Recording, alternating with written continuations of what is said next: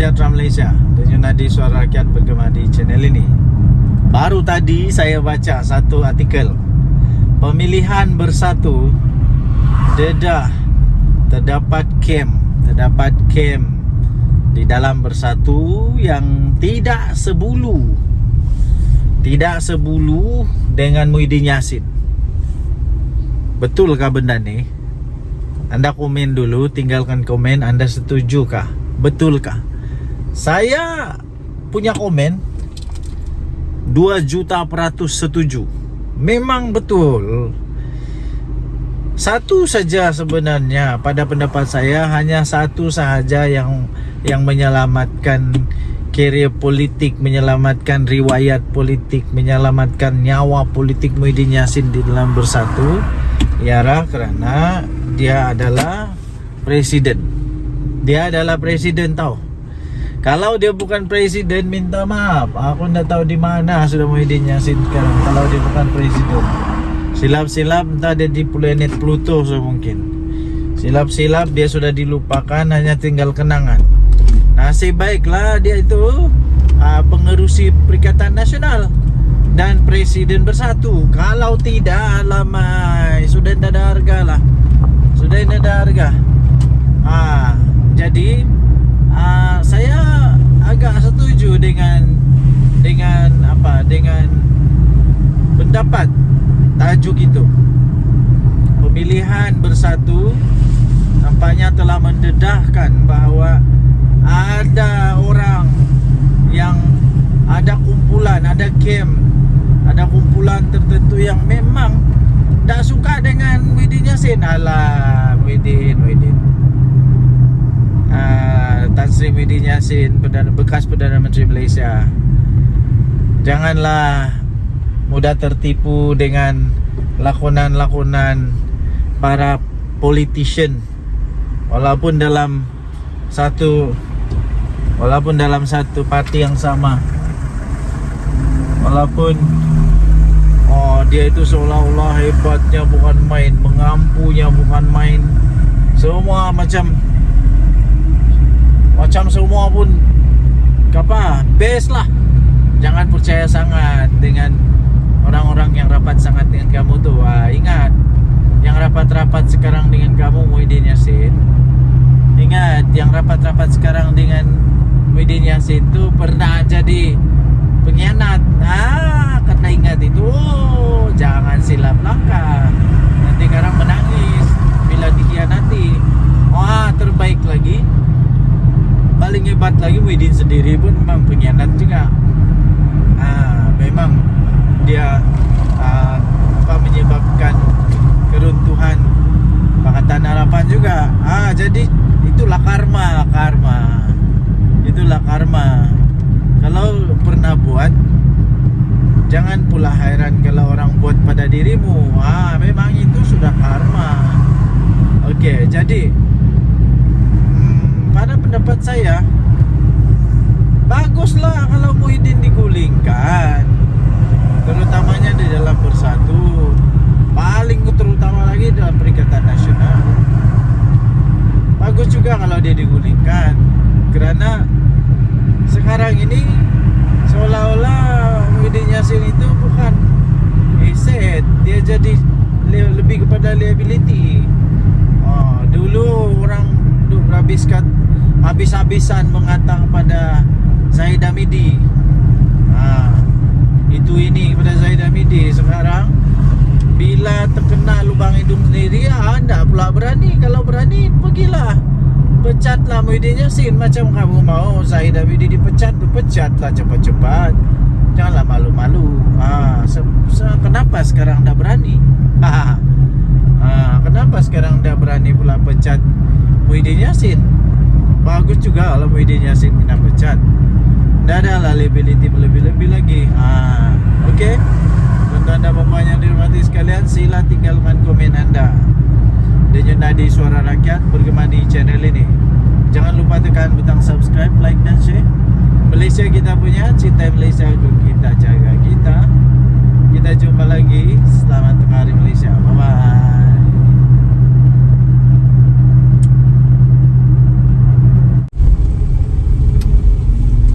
Salam sejahtera Malaysia. Denyut nadi suara rakyat bergema di channel ini. Tuan-tuan dan puan yang dihormati sekalian, kita tahu Daim Zainuddin semakin tua sekarang nih. Isteri dia pun makin tua juga. Kita tahu Daim Zainuddin dalam masalah besar. Isteri dia pun dalam masalah besar. Ini paling baru lah. Ini paling baru. Isteri Daim Zainuddin confirm kalah. Confirm sudah kalah di mahkamah. Untuk kes dia 300 juta tunggakan dengan LSDN. 300 juta. Pelik juga. Aku pun pelik habis. Bagaimana isteri Daim Zainuddin, bekas Menteri Keuangan, bagaimana isteri Daim Zainuddin, bekas Menteri Keuangan punya isteri itu boleh terlepas, boleh tak bayar, boleh tunggak sebanyak 300 juta teks. Macam mana Daim Zainuddin tidak tahu Macam mana Daim Zainuddin tidak tahu yang isteri dia ada tunggakan begitu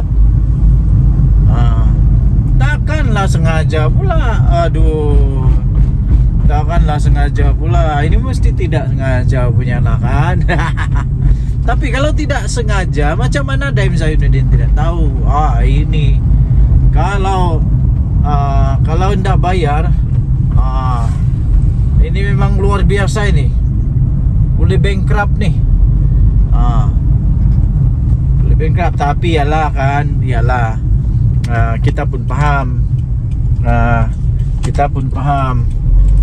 Daim Zainuddin ni kan maha kayangan. Kaya gila kalau hanya mungkin kalau hanya 300 juta tu senang dia. Cuma persoalannya bukan tentang jumlah tu. Bukan tentang jumlah duit tu persoalan dia. Tapi tentang kenapa tidak bayar. Kenapa tidak bayar? Rakyat biasa bukan main lagi. Daim Zainuddin mau supaya bayar cukai, pasti dia cakap macam tu. Mungkin dia pernah cakap macam tu waktu dia jadi Menteri Keuangan kan. Tapi alih-alih isteri dia sendiri pula ndak pula membayar cukai. Malu. Jadi mahkamah telah menolak untuk permohonan isteri Daim Zainuddin untuk mendapatkan penangguhan sementara. Susah banyak bayar sajalah. Kalau banyak sangat duit bayarlah. Lepas tu 300 juta.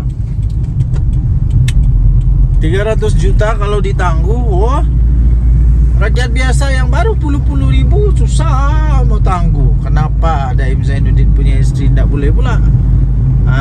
Jadi saya fikir Daim Zainuddin punya isteri kali ini merasalah dia merasalah tinggi rendahnya Gunung Kinabalu.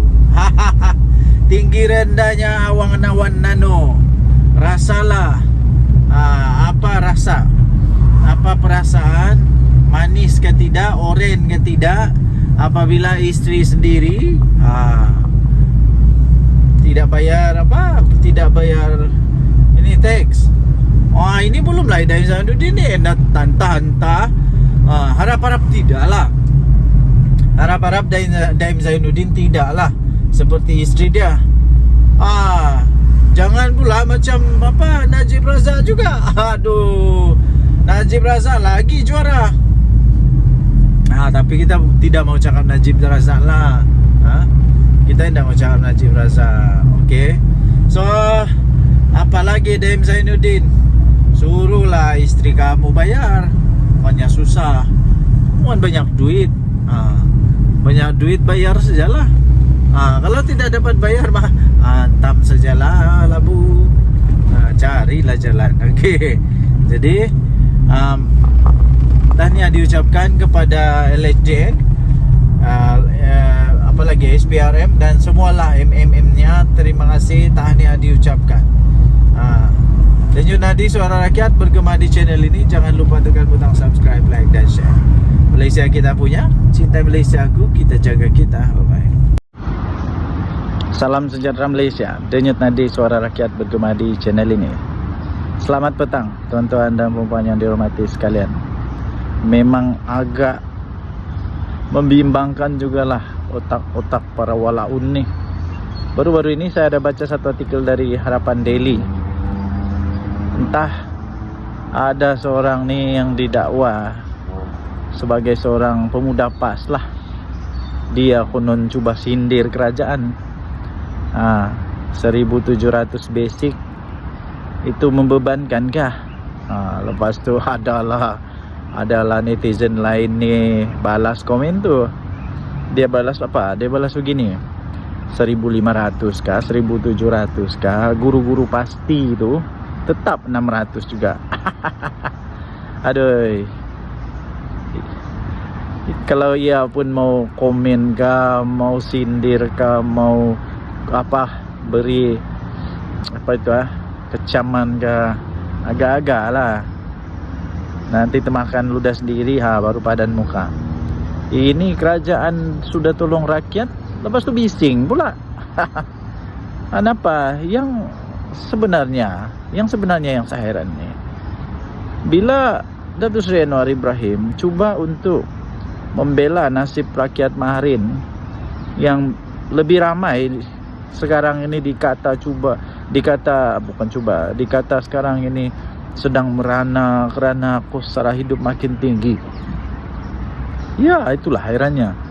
Bila Datuk Seri Anwar Ibrahim kasih naik gaji supaya ringanlah beban kan, berbaloi lah dengan kenaikan harga barang dan sebagainya. Ada pula yang tak puas hati. Kalau kamu suka sangat dengan 600 kah, dada gaji kah, itu hal kamu lah. Itu hal kamu. Tapi rakyat Malaysia secara umumnya memerlukan kenaikan gaji nih. Penjawat awam kalau saya tidak silap minimum gaji sekarang 2.000. Itu pun mau bising lagi kah? Senang saja. Kalau tidak suka dengan gaji 2.000, pergilah kerja dengan pasti. Guru-guru sekarang ini, sebagai contohnya, guru-guru sangat-sangat perlu untuk dibantu untuk naikkan gaji kerana tugas mereka makin bertambah. Lepas itu tanggungjawab mereka pada anak-anak murid, anak-anak kita, anak-anak saya ni semakin besar. Kadang-kadang mereka tu paksa pakai duit sendiri tau. Paksa pakai duit sendiri untuk bantu pelajar-pelajar yang disayangi. Tapi kalau tidak puas hati, semua yang tidak puas hati itu senang saja, berhenti kerja aja lah daripada orang-orang yang bagi gaji 1.700, 1.500, berhenti. Pergilah kerja, cari kerja yang 600. Kalau ada daripada pemimpin PAS, bos-bos PAS, businessman daripada PAS yang mau bagi 600, 500, 600, 700, 800, 1.000 ringgit. Kalau ada yang orang-orang begitu, senang. Kamu berhenti kerja, kamu pergi company dia, kerja dengan dia. Lepas tu kalian tanya kenapa? Cakap saja, saya tidak mau bebankan bos. Saya ini suka kerja secara ikhlas. Saya suka kerja gaji kecil. Sebab itu saya berhenti kerja dan saya cari kerja yang rendah gaji supaya bos saya tidak terbeban. Begitu kan, senang. Tak payah komen-komen. Kami mau nak gaji besar. Kami rakyat biasa, rakyat Maharin, orang-orang biasa yang gaji 1.500, yang gaji 1.300. Kami mau 1.700. Kami mau 2.000. Kalau boleh basic sama dengan negara-negara yang maju tu, 3.000 kah, 8.000 kah, 10.000 kah, itu kami mau. Apa? Kami mata duitan kah? Janganlah hipokrit. Kalau apa? Kalau cakap tidak mau duit, mungkin tak adalah rasuah, tak adalah seleweng, tak adalah salah guna kuasa kan? Dia adalah sedekah-sedekah. Jadi senang. Kalau tidak suka resign. berhenti kerja, resign, berhenti kerja. Lepas itu cakap kami berhenti kerja sebab terlampau besar gajinya. Senang cerita. Apa pendapat anda? Sila tinggalkan komen. Dan jadi Suara Rakyat bergema di channel ini. Jangan lupa tekan butang subscribe, like dan share. Saya harap mulaun punya bos nih, tok guru walaun nih, bagilah pengajaran yang betul sedikit kepada orang-orang di luar sana tuh. Kalau pengajaran kamu bilang 600, teruskan dan ajarlah orang-orang yang tidak puas hati ini, yang tidak puas hati dengan kenaikan gaji. Ajarlah mereka berhenti kerja lah dengan gaji 7.000 atau 1.700 tuh, berhenti kerja, cari yang 600. Senang cerita. Tidak payah pening-pening kepala kan. Apa pendapat anda? Tinggalkan komen. Bye. Salam sejahtera Malaysia. Selamat pagi sekali lagi. Ini rasuah semakin ditakuti dibuat oleh para jerung-jerung naga-naga di Malaysia. Tinggalkan komen anda. Apa pendapat anda tentang rasuah di Malaysia sekarang? Makin menurun atau makin bagus, makin teruk, atau sekarang rakyat Malaysia sudah mulai diberi kesedaran lah supaya jangan makan rasuah, haram, masuk neraka. Masuk neraka. Kalau kamu mau masuk neraka, pergilah makan rasuah. Bukan kamu saja makan rasuah masuk neraka. Orang yang makan rasuah itu lagi kesian, tidak tahu apa-apa, terhimpit, terhampit. Orang Sabah bilang terhampit, terikut-ikut, secara tidak sengaja terikut-ikut lah makan duit rasuah. Aduh, kesian. Kalau anak-anak istri pula makan, lagi kesian. Okey, baik tuan dan puan-puan, tinggalkan komen anda. Tapi saya ada satu soalan juga. Kenapa sekarang ini barulah macam seolah-olah ada kejayaan di dalam memerangi rasuah? Setelah Datuk Seri Anwar Ibrahim jadi Perdana Menteri, barulah ada nampak seolah-olah ada harapan, sinar harapan bahawa negara Malaysia dalam satu kejayaan, dalam perjalanan kejayaan mengalahkan rasuah yang teruk, yang buruk, merosak negara ini. Kenapa dulu-dulu tidak pula ada begini? Buktinya sekarang banyak rasuah yang bocor. Antaranya yang paling hangat di pasaran ini, yang berkaitan sekarang ini, MBI ini. Walaui, ini lagi yang serbuan rumah-rumah, siapa ada berjuta-juta duit di dalam rumah. Woi. Kenapa Datuk Seri Anwar Ibrahim punya pemerintahan ataupun dia punya kepimpinan barulah keluar semua ni? Dulu-dulu tak keluar pun. Jadi siapakah orang yang di sebalik dalang itu? Kita tunggu. Sebab Azam Baki, Pesuruhjaya SPRM kata, siapa saja boleh menjadi dalang dia. Tapi yang pasti dengar-dengar kata, dengar-dengar ada ahli politik yang mungkin terlibat. Ada ahli politik yang mungkin terlibat. Siapa dia? Kita tunggulah. Sebagai buktinya pula, baru kemarin saya sendiri dengar rakyat Malaysia berkata sendiri di pejabat, ketika hendak berurusan di pejabat di kaunter depan tu. Aku dengar sendiri dengan telinga mata sendiri dengar. Orang ni kata, "Weh, kau hati-hati bila bagi dokumen semua. Pastikan ianya adalah sahih. Pastikan ianya adalah sahih, adalah benar, lengkap dan betul-betul genuine. Semua klaim-klaim tu genuine. Nanti SPRM datang dia kata, itulah bukti dia bahawa memang sudah ada kesedaran Sudah ada kesadaran. Kenapa dulu saya tidak pernah dengar begini ya? Kalau dulu masalah, banyak masalah. Sekarang semua masalah dapat ditangani dengan baik. Siapa Perdana Menteri sekarang? Cobalah type sikit komen kamu. Siapa Perdana Menteri sekarang? Sila nyatakan jawapan anda. Tahniahlah diucapkan kepada Datuk Seri Anwar Ibrahim, Perdana Menteri Malaysia. Ini dia. Jadi ini bukti dia lah. Tidak ada harapan lagi untuk Muhyiddin Yassin. Tidak ada harapan lagi untuk Perikatan Nasional. Langsung tidak ada harapan lagi untuk merampas kuasa daripada daripada PHBN ni. Daripada Kerajaan Madani.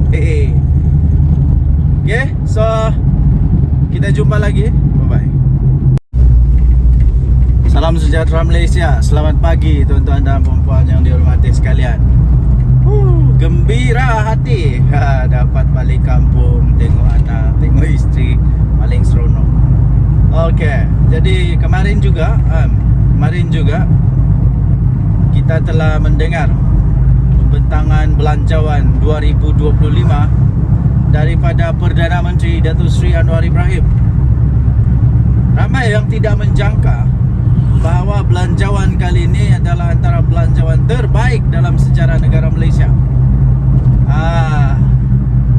Jadi tertutuplah mulut-mulut para peragu, yang ragu-ragu, selalu kata kerajaan ini kerajaan yang kejam. Mana yang kejamnya? Mana kejamnya? Kali ini betul-betul lah. Betul-betul geng-geng walaun tertutup mulut. Mana yang kejamnya? Aku hairan bila kata kerajaan kali ini kerajaan yang kejam. Kerajaan yang kejam, macam-macam lah dikata. Tapi semua itu sebenarnya hanya bersifat mainan politik. Bila pemimpin dia diheret ke mahkamah sebab ada dakwaan salah guna kuasa, ada dakwaan penyelewengan. Bila pemimpin dia kena heret ke mahkamah kerana menghina institusi diraja yang memang berfakta, siapa ada bukti video katalah kerajaan ni kejam lah, tak macam-macam lah. Dengan belanjawan kemarin ya, yang telah disampaikan oleh Yang Amat Berhormat Perdana Menteri Malaysia, maka dengan ini tertutuplah harapan untuk walaun dan geng-geng walaun untuk mau menumbangkan Datuk Seri Anwar Ibrahim. Tertutup sudah harapan. Langsung tiada harapan lagi. Apa tidak? Semua belanjawan itu memang mendatangkan manfaat yang besar sangat kepada rakyat. Saya fikir ada banyak yang telah dibentangkan oleh Datuk Seri Anwar Ibrahim Perdana Menteri Malaysia yang belum pernah dilakukan oleh mana-mana Perdana Menteri. Banyak sangat. Jadi para walaun sekalian, tertutuplah mulut kamu. Di mana belanjawan yang kamu tidak puas hati lagi? Ada saja mesti tidak puas hati. Macamlah dia bagus sangat. Waktu jadi Perdana Menteri dulu, Muhyiddin Yassin buat apa? Waktu jadi kerajaan dulu, Perikatan Nasional buat apa? Apa sumbangannya kepada negara? Waktu dulu Perikatan Nasional memerintah, hutang negara makin bertambah kah atau makin berkurang? Bila Datuk Seri Anwar Ibrahim ambil alih jadi Perdana Menteri, terkejut juga Den. Begini banyak hutang negara. begini banyak utang negara. Siapa Perdana Menteri waktu tu? Terkejut juga Den. Begini masalah negara banyak yang penyelewengan. Sampai ada menantu melarikan diri keluar negara pula tu. Mana yang bagus sangat tu? Ini belum lagi. Kejap lagi kita akan bongkar satu rahasia lagi. Satu rahasia lagi yang betul-betul luar biasa ya. So, keep in touch. Keep in touch. Orang kata keep in touch. Jangan kemana-mana.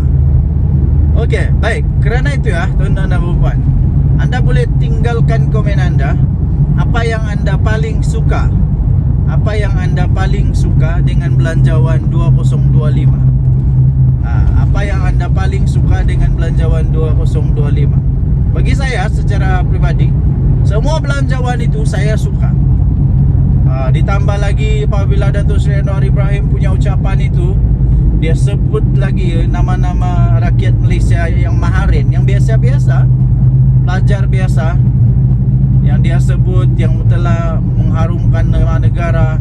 Itu menunjukkan rasa rasa menghargai dia kepada rakyat maharin. Inilah dia. Okey, so apa belanjawan yang anda suka?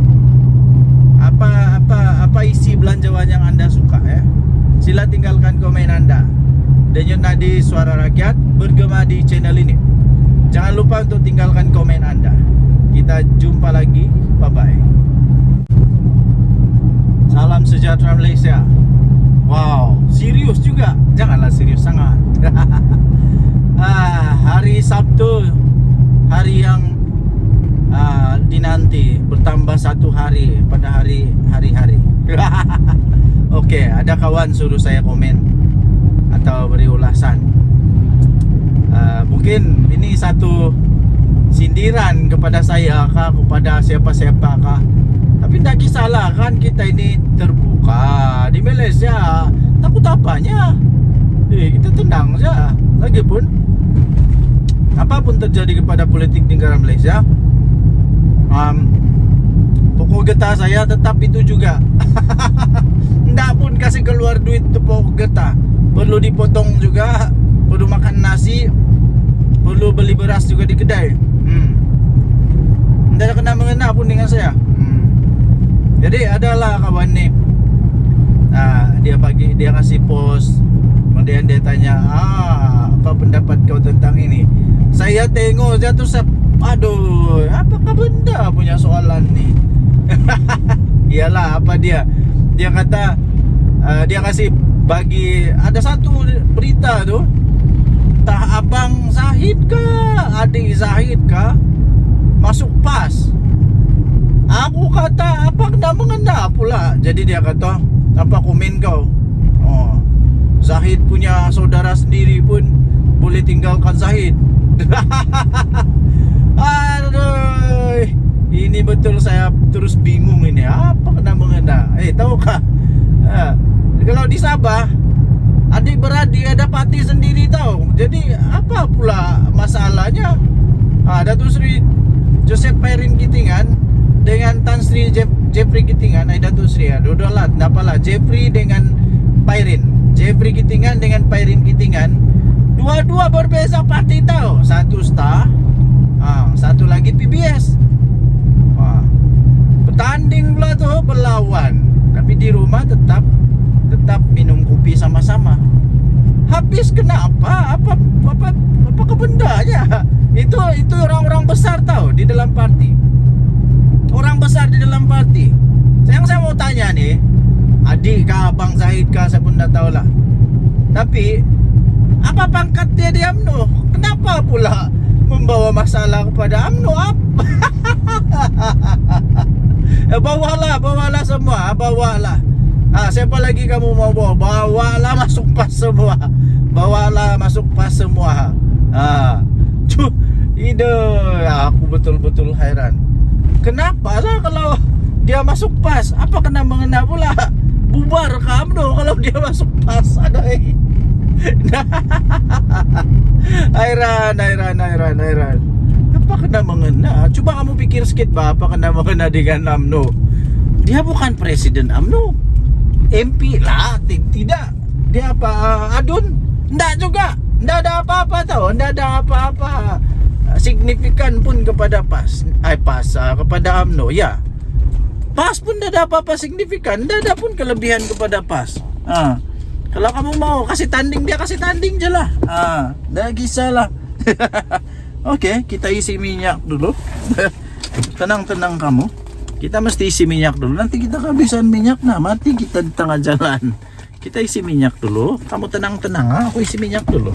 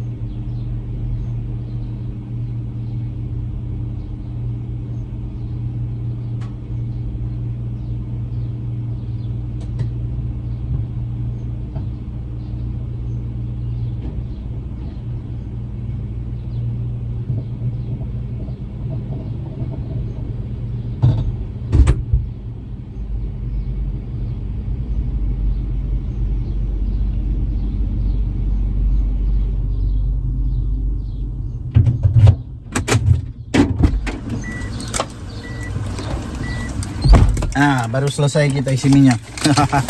Segalanya berjalan lancar. Oke, pakai dulu tali pinggang keselamatan, baru kita teruskan. Oke, kita teruskan. Oke.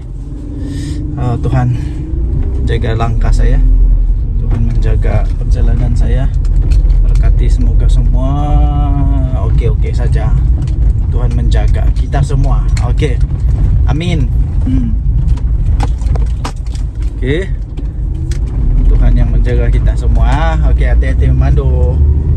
Oke, so tuan-tuan dan puan, sekali lagi, apa kena mengenal dengan UMNO? Kita jumpa lagi, bye bye. Salam sejahtera Malaysia. Selamat pagi tuan-tuan dan puan-puan. Ini ada satu gambar nih, saya sisipkan lah. Saya sisipkan gambar ini, Anda lihat. Saya tidak tahu gambar ini kena edit kah? Gambar ini gambar tahun zaman Firaun kah?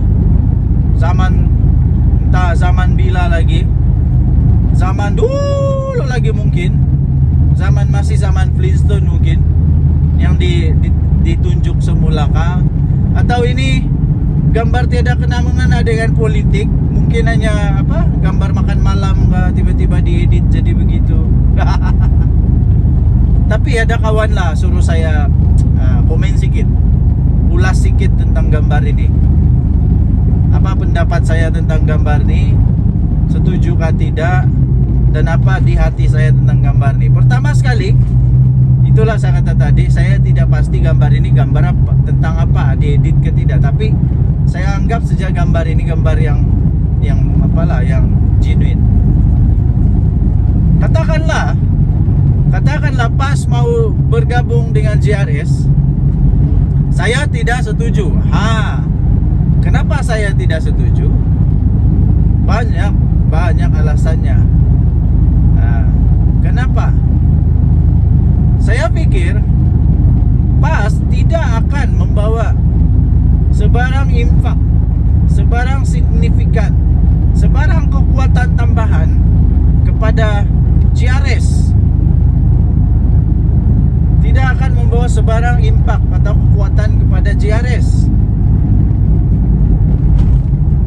Yang saya nampak, ini akan menyebabkan JRS lebih dalam bahaya.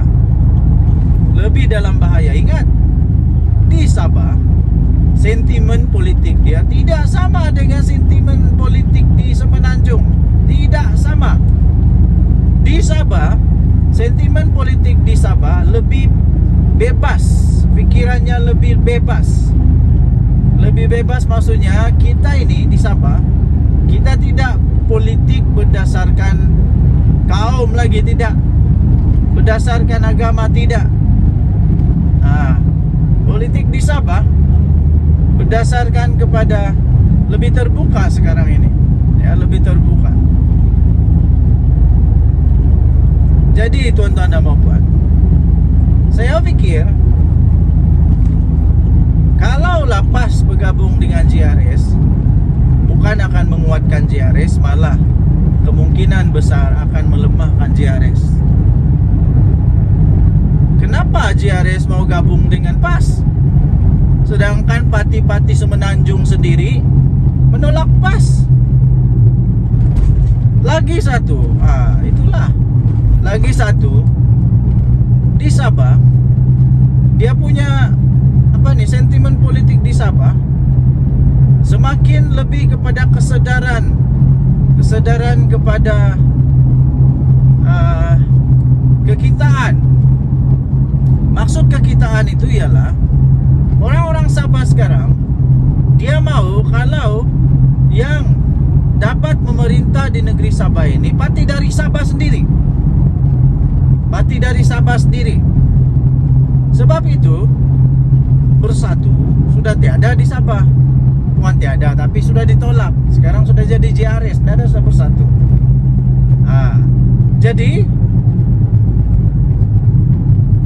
kalau parti dari Semenanjung sendiri menolak parti dari Semenanjung, kenapa JRS mau bergabung dengan parti dari Semenanjung?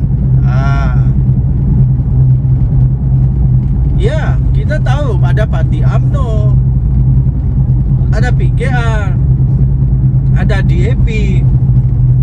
Tapi semua parti-parti ini dia punya kuasa kuasa dia sendiri di negeri Sabah. Dia tidak terikat sangat dengan Semenanjung. Lain dengan PAS. Dia belum settle down di Sabah ni pun. Berapa sangat ahli PAS di Sabah. Jadi memang tidak logik lah untuk JRS GRS mau bergabung sama PAS, kalau memang tujuan dia untuk menang, sebab saya tidak nampak itu boleh menang. Enggak. Yang lagi susah, kalau sudah gabung dengan PAS, mesti PAS akan mau ada kerusi lah. Mesti PAS mau ada kerusi, mesti mau. Jadi ini boleh menyebabkan kekalahan kepada GRS. Lepas itu, takkanlah PAS mau pula bertanding di tempat yang DAP kuat, atau PKR kuat, atau pembangkang kuat. Dia mesti mau juga bertanding di tempat yang dia boleh menang. Masalah dia selalunya di tempat yang GRS kuat ini, sentimen dia selalunya lah, sentimen dia ialah sentimen yang memang dah suka PAS. Dah suka PAS, jadi boleh kalah nih. Jadi itulah pendapat saya.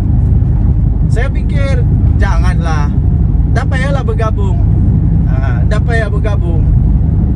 Lepas tu kawan tanya, kalau PAS sama GRS bergabung, kau mau tolong dorang kempen kah? Indah, aku tak mau tolong dorang kempen.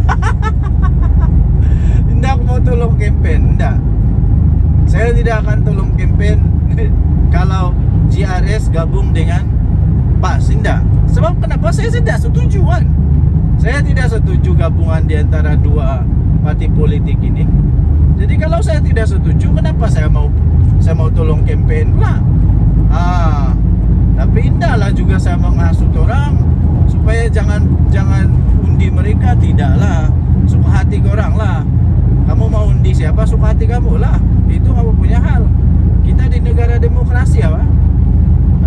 Tapi saya indah akan undi GRS atau PAS kalau diorang bergabung. Indah. Saya bagi tahu indah. Tapi undi adalah rahasia. Undi adalah rahasia.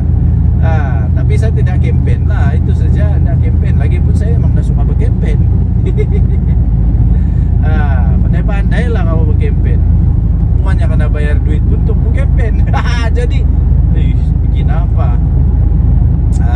Jadi terpulang kepada anda, apa pendapat anda? Tapi saya tidak setuju lah. Saya tidak setuju. Banyak lagi sebab dia yang lain. Kalau ditulis semua sebab dia, boleh siap 13 buah buku tau. Boleh siap 13 buah buku. Kau boleh buat tesis panjang lebar itu. Nanti dia punya kesimpulan tesis dia. What is your thesis? My thesis is kalah. Itu saja pendek, satu perkataan, kalah. Kalah, boleh kalah GRS nih. Boleh kalah GRS kalau dia bergabung dengan PAS. Kalau lah. Jadi tentang gambar ini saya pun tidak tahu betul atau tidak. Tapi itulah pendapat. Mau bergabung, suka hati kamu. Tapi ada konsekuensi dia. Hati-hati ya. Oke. Kalau di Semenanjung kalah. Di Sabah boleh menang kah? Dan yang tadi Suara Rakyat, kita jemput lagi. Kita jumpa lagi. Bye bye.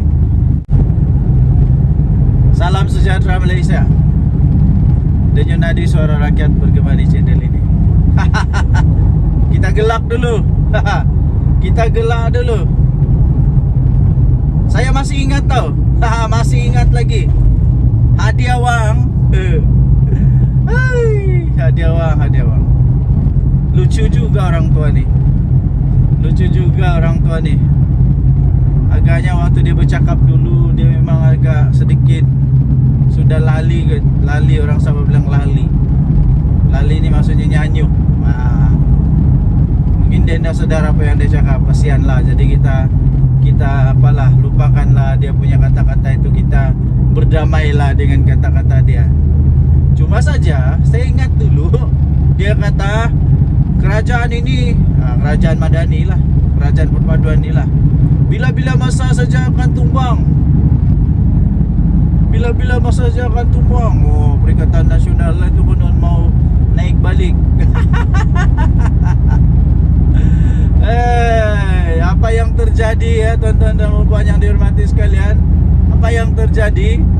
Ini kemarin Perdana Menteri Datuk Seri Anwar Ibrahim mengumumkan membentangkan belanjawan untuk kali ketiganya. Sudah 3 kali nih Tok Adi. Sudah 3 kali Datuk Seri Anwar Ibrahim membentangkan belanjawan. Aduh. Tapi belum lah. Sampai sekarang belum tumbang-tumbang pun. Yang tumbang bersatu, yang tumbang pas. Yang tumbang bersatu, yang tumbang pas. Aduh. Satu-satu tempat pas boleh tumbang. Di pilihan raya kecil. Bersatu pun tak pernah menang lagi. Belum pernah menang. Satu-satu tumbang nih. Satu-satu tumbang. Ini nasib baiklah Muhyiddin Yassin Presiden Bersatu. Kalau dia bukan Presiden Bersatu, agak-agaknya dia sudah tidak jadi berharga lagi nih Bersatu. Nasib baiklah dia Presiden Bersatu, kena hormat, diberi hormat. Entah apa jadi kepada Muhyiddin kalau tiba-tiba dia bukan Presiden Bersatu, silap-silap dilupakan terus. Hadiah uang pun sama juga. Aduh.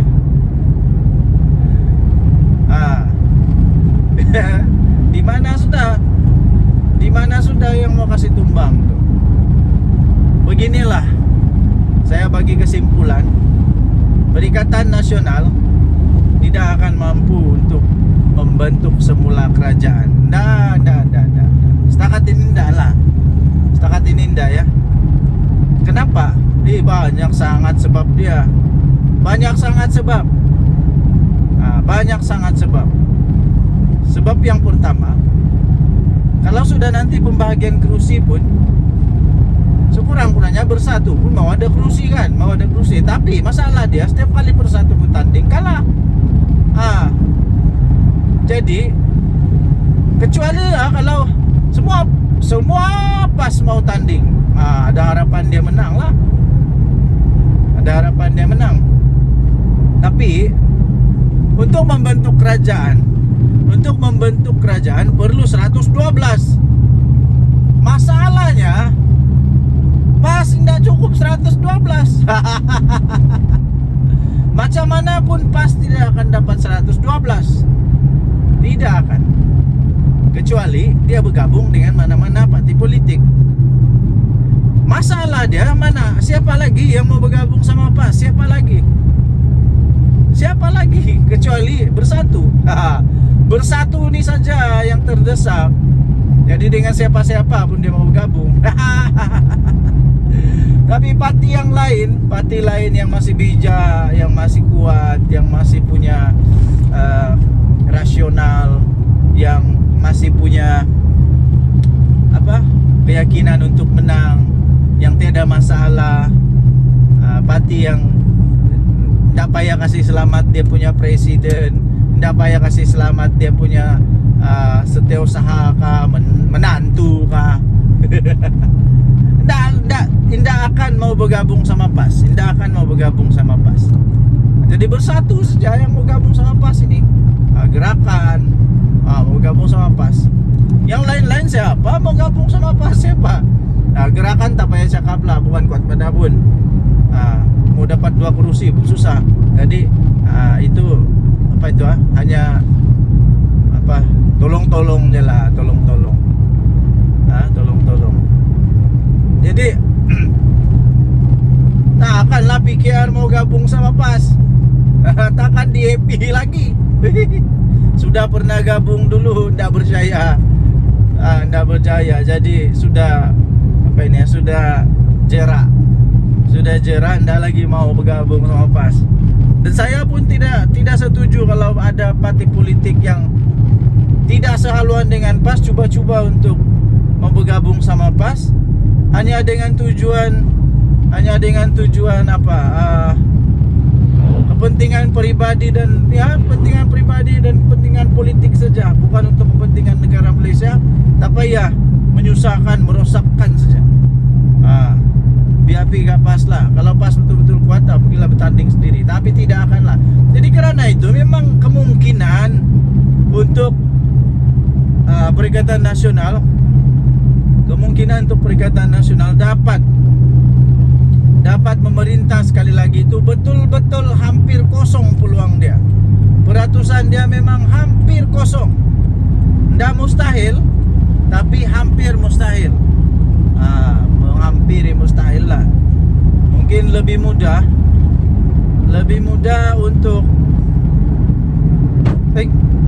untuk orang lain jadi Perdana Menteri daripada Perikatan Nasional yang jadi Perdana Menteri. Jadi tidak ada kemungkinan lah, ya, tidak ada kemungkinan. Jadi lupakanlah mimpi-mimpi yang pelik-pelik tuh. Lupakanlah mimpi-mimpi yang pelik-pelik. Tidak ada sudah kemungkinan, ya. Hadiah wang, jangan lagi sebut-sebut mau kasih tumbang itu. Tidak ada sudah. GRS, GPS tidak akan bergabung sama PAS. Tidak tahulah bah, tidak tahulah macam mana. Oke, so tuan-tuan dan puan-puan yang dihormati sekalian, apakah pendapat anda? Sila tinggalkan komen. Sila tinggalkan komen anda. Denyut nadi suara rakyat bergabung pula, bergema di channel ini. Sila tinggalkan komen anda sekali lagi. Kita jumpa lagi. Selamat pagi Malaysia. Bye bye. Salam sejahtera Malaysia. Selamat pagi tuan-tuan dan puan-puan yang dihormati sekalian. Gembira hati dapat balik kampung, tengok anak, tengok isteri, paling seronok. Okey, jadi kemarin juga kita telah mendengar pembentangan belanjawan 2025 daripada Perdana Menteri Datuk Seri Anwar Ibrahim. Ramai yang tidak menjangka bahawa belanjawan kali ini adalah antara belanjawan terbaik dalam sejarah negara Malaysia. Jadi tertutuplah mulut-mulut para peragu, yang ragu-ragu, selalu kata kerajaan ini kerajaan yang kejam. Mana yang kejamnya? Mana kejamnya? Kali ini betul-betul geng-geng walaun tertutup mulut. Mana yang kejamnya? Aku hairan bila kata kerajaan kali ini kerajaan yang kejam. Kerajaan yang kejam, macam-macam lah dikata. Tapi semua itu sebenarnya hanya bersifat mainan politik. Bila pemimpin dia diheret ke mahkamah sebab ada dakwaan salah guna kuasa, ada dakwaan penyelewengan. Bila pemimpin dia kena heret ke mahkamah kerana menghina institusi diraja yang memang berfakta, siapa ada bukti video, katalah kerajaan ni kejam lah, tak berperiksa, macam-macam lah. Dengan belanjawan kemarin ya, yang telah disampaikan oleh Yang Amat Berhormat Perdana Menteri Malaysia, maka dengan ini tertutuplah harapan untuk walaun dan geng-geng walaun untuk mau menumbangkan Datuk Seri Anwar Ibrahim. Tertutup sudah harapan. Langsung tiada harapan lagi. Apa tidak? Semua belanjawan itu semua belanjawan itu memang mendatangkan manfaat yang besar sangat kepada rakyat. Saya fikir ada banyak yang telah dibentangkan oleh Datuk Seri Anwar Ibrahim Perdana Menteri Malaysia yang belum pernah dilakukan oleh mana-mana Perdana Menteri. Banyak sangat. Jadi para walaun sekalian,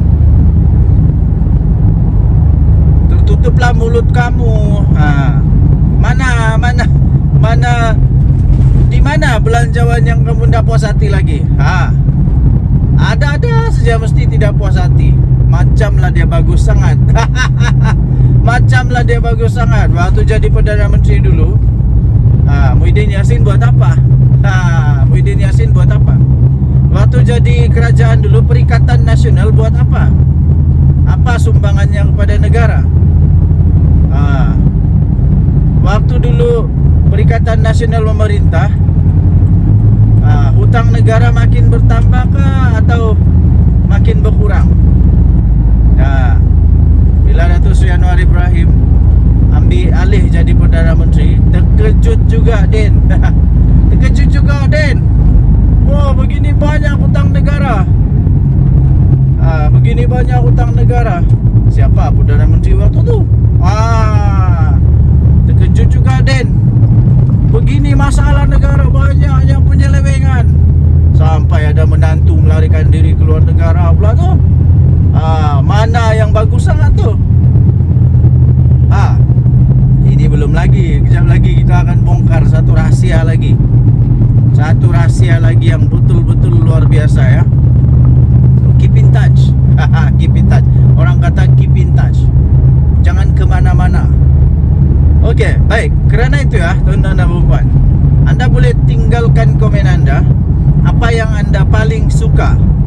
Apa yang anda paling suka dengan belanjawan 2025? Apa yang anda paling suka dengan belanjawan 2025? Bagi saya secara pribadi, semua belanjawan itu saya suka. Ditambah lagi apabila Datuk Seri Anwar Ibrahim punya ucapan itu, dia sebut lagi nama-nama rakyat Malaysia yang maharin, yang biasa-biasa, pelajar biasa, yang dia sebut, yang telah mengharumkan nama negara. Itu menunjukkan rasa apa? Rasa menghargai dia kepada rakyat maharin. Inilah dia. Okey, so apa belanjawan yang anda suka?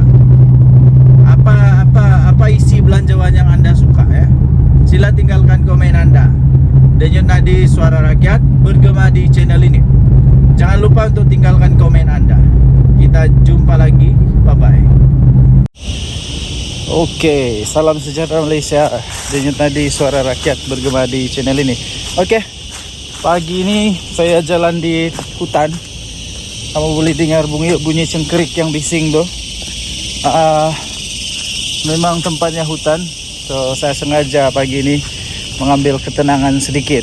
Sambil kita buat satu ulasan tentang apa yang dikatakan oleh seorang ni lah. Dia kata pada zaman PM Anwar ni, dosa kalau jadi kaya. Apa benda yang kau cakap ni pakcik? Pertama sekali saya mau tanya, kau tu maha kaya kah? Yang menjadi keheranan saya sekarang, sebelum saya ulas, yang menjadi keheranan saya sekarang ni ya, tuan-tuan dan puan-puan yang dihormati sekalian, adalah orang-orang yang maha kaya tak bising pun. Orang-orang yang maha kaya, orang-orang yang betul-betul kaya ni tak pun bising. Diorang tidak pun rasa terganggu kah, terkacau kah, tidak pun rasa terancam kah. Diorang okey saja dengan apa yang telah dibuat, dirancang oleh polisi kerajaan. Mereka tak bising pun, okey saja. Yang hairan ni orang-orang yang trip-trip kaya. Orang-orang yang trip-trip kaya, yang dah kaya mana pun, yang hanya pandai main politik, dia pusing-pusing, putar-putar sana putar sini. Aku rasa orang kaya yang betul kan, dia hanya ketawa-ketawa saja. Sebab kenapa? Dia ketawa sebab dia kata, kami yang kaya ini diam-diam saja, tidak pun rasa terancam. Kami yang maha kaya ni, yang jutawan, bilion ini, kami diam-diam saja pun. Kami diam-diam saja dan kami terima. Kami tak ada masalah. Kami terus boleh jadi kaya. Tapi orang-orang yang trip-trip kaya ini pula, alamak, ada orang pula yang perasan kaya, perasan terjejas. Apakah bendanya? Saya hairan betul lah. Lepas itu cuba apa sebenarnya tujuan, saya pun tidak tahu lah.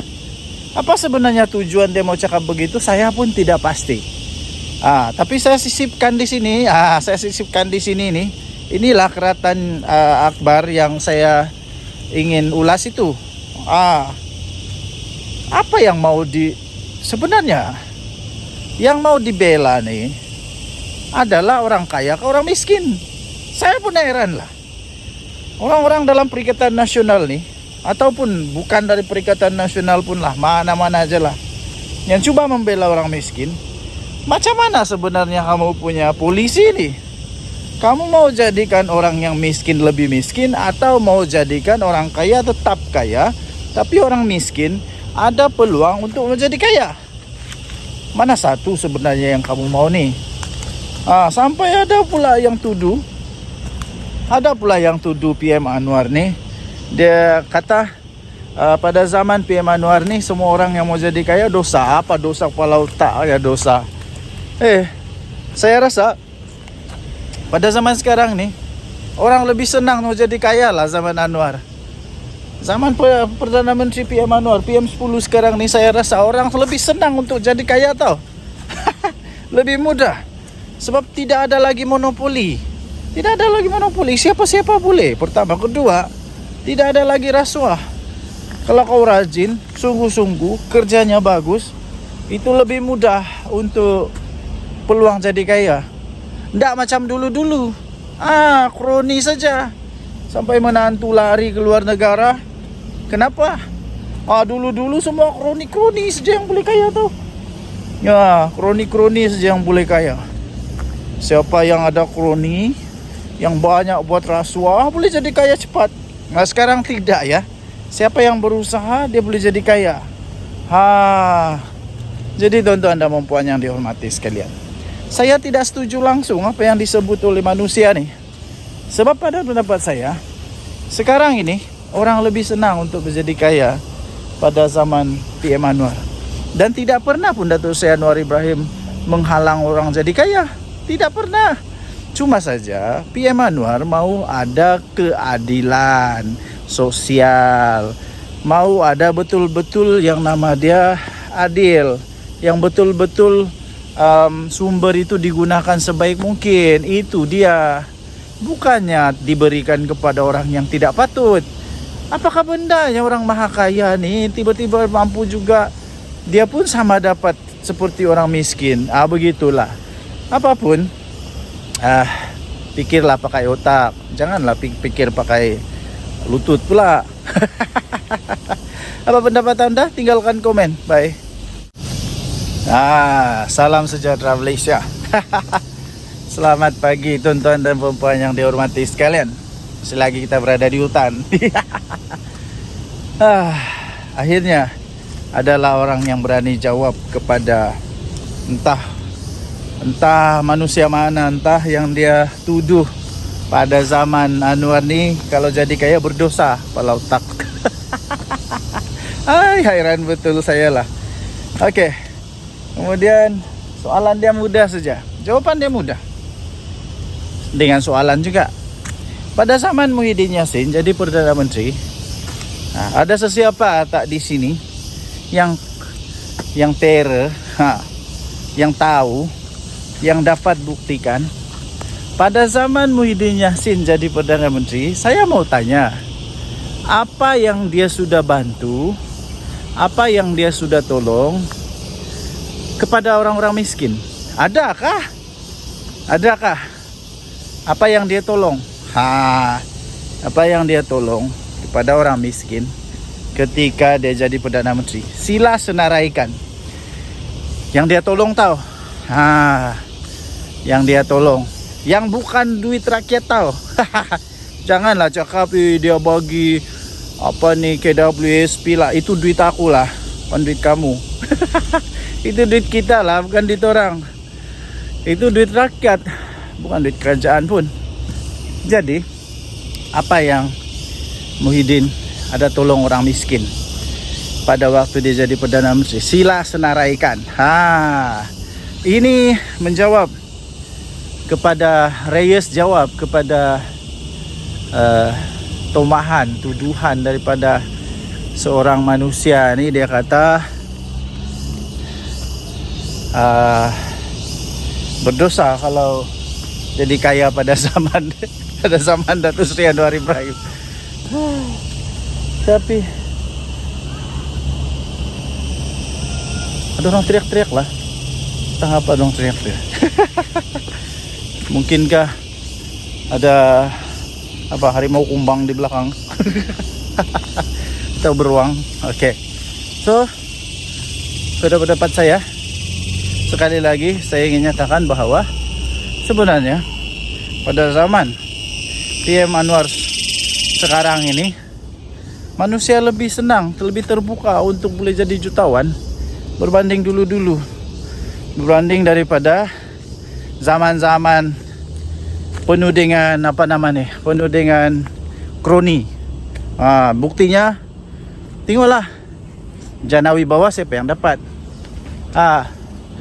Tengoklah projek-projek yang lain siapa yang dapat. Siapa yang kantoi dengan minyak masak. Tengoklah kan. Jadi saya ingin sabarlah. Seperti Reis kata, dia tanya, pada zaman Muhyiddin jadi Perdana Menteri, apa yang dia sudah buat untuk orang miskin? Jawab, jangan tak jawab. Tinggalkan komen Anda. Kita jumpa lagi, bye-bye. Oke, salam sejahtera Malaysia. Dengan tadi suara rakyat bergema di channel ini. Oke, pagi ini saya jalan di hutan. Kamu boleh dengar bunyi cengkerik yang bising tuh. Memang tempatnya hutan. So saya sengaja pagi ini mengambil ketenangan sedikit. Sambil kita buat satu ulasan tentang apa yang dikatakan oleh seorang ni lah. Dia kata pada zaman PM Anwar ni dosa kalau jadi kaya. Apa benda yang kau cakap ni pakcik? Pertama sekali saya mau tanya, kau tu maha kaya kah? Yang menjadi keheranan saya sekarang, sebelum saya ulas, yang menjadi keheranan saya sekarang ni ya, tuan-tuan dan puan yang dihormati sekalian, adalah orang-orang yang maha kaya tak bising pun. Orang-orang yang maha kaya, orang-orang yang betul-betul kaya ni tak pun bising. Diorang tidak pun rasa terganggu kah, terkacau kah, tidak pun rasa terancam kah. Diorang okey saja dengan apa yang telah dibuat, dirancang oleh polisi kerajaan. Mereka tak bising pun, okey saja. Yang hairan ni orang-orang yang trip-trip kaya. Orang-orang yang trip-trip kaya, yang dah kaya mana pun, yang hanya pandai main politik, dia pusing-pusing, putar-putar, sana putar sini. Aku rasa orang kaya yang betul kan, dia hanya ketawa-ketawa saja. Sebab kenapa? Dia ketawa sebab dia kata, kami yang kaya ini diam-diam saja, tidak pun rasa terancam. Kami yang maha kaya ni, yang jutawan, bilion ini, kami diam-diam saja pun. Kami diam-diam saja dan kami terima. Kami tak ada masalah. Kami terus boleh jadi kaya.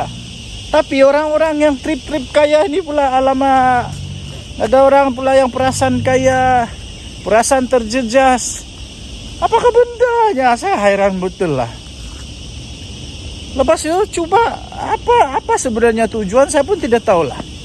Apa sebenarnya tujuan dia mau cakap begitu, saya pun tidak pasti. Tapi saya sisipkan di sini. Saya sisipkan di sini nih. Inilah keratan akbar yang saya ingin ulas itu. Apa yang mau sebenarnya yang mau dibela nih adalah orang kaya ke orang miskin. Saya pun heran lah.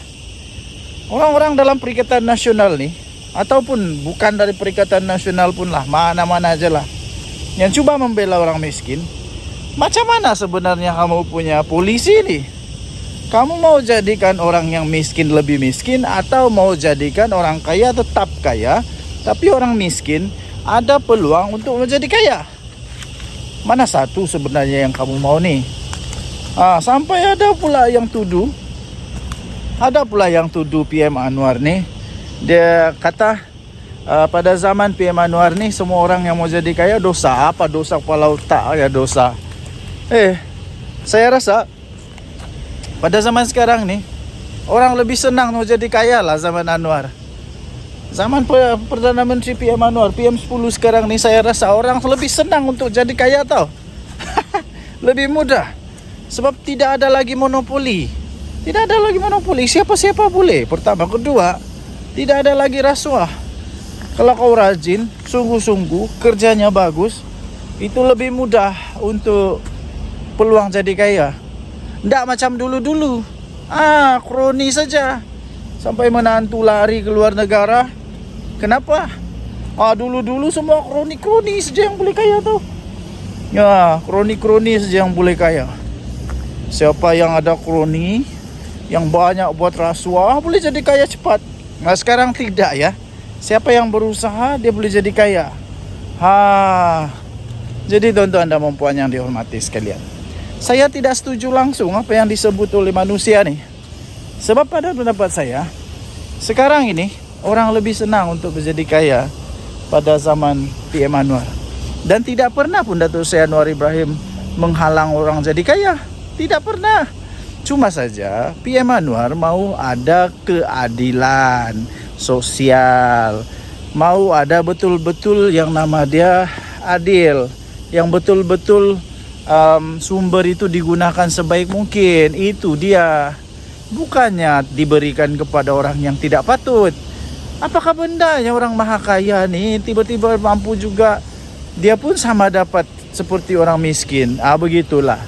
Apapun, pikirlah pakai otak. Janganlah pikir pakai lutut pula. Apa pendapat anda? Tinggalkan komen. Bye.